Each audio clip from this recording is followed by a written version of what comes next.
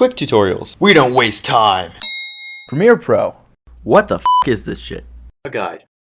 What to expect from Premiere. If you enjoy cleaning your room, you're probably going to enjoy Premiere, because what it comes down to is a ton of organizing. Premiere is a step up from your basic video editors like Windows Movie Maker, which means it's 3 steps up from iMovie. And it's just shy of being a Hollywood quality for major motion pictures. Pretty much everybody you bump into in this industry is going to be using Premiere or Final Cut. You might find some people who are using Avid. What does it do? You pull video files in, you organize and edit them, and then you spit them back out in one final product. So we're just clicking along one day and we decide, hey, let's make an award-winning film. So we go here and we open up Premiere and Jesus f***ing what are these buttons, these numbers, these words? Am I some kind of two-headed cow for not knowing this? Good news, you're not a two-headed cow, and it's okay that you don't know. It may be scary looking when you first open it up, but this goes away very quickly. First things first, you need to know what kind of video we're working with, okay? Most of the time you can tell by clicking on it in Windows and it'll tell you what size it is. So here we've got 1920 by 1080. It'll ask you what kind of project you want. Find the settings that match your video.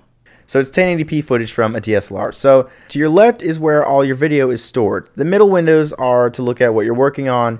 And at the bottom is this big ass table that you lay all your video out when you chop it up. Also, everything has a tab to tell you what it is. I go here, I right click up here, click on import, and figure out where under all my porn my file is buried. Or I can just grab the icon of the video, drag it over Premiere and up into the projects window and drop it like this. Lots of times when you bring in a video, you'll get a little conforming meter down here. That's making the file's audio workable. Wait until that's finished, otherwise it's going to go really slow. So now the file is in here, but I'm not doing anything with it yet. It's only ready to go. Drag it down here onto my timeline.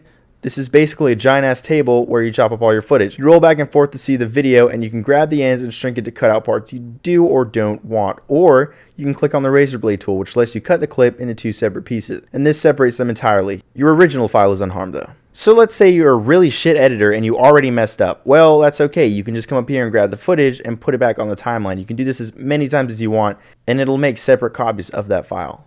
If you want to use an effect, you would come here, find it, and drag it over on top of the video that you want to apply it to. You highlight that clip, and then you can go up to effects and control it. I don't know what the hell this thing is, but the first thing I did when I opened up Premiere in 8th grade is just look at all the effects. So you want to add more footage. You do the same thing importing it and then place it over here in a separate spot. If you place it on top of the old footage, it will replace it. And if you put it on the layer up, it will cover up the old footage so you can't see it.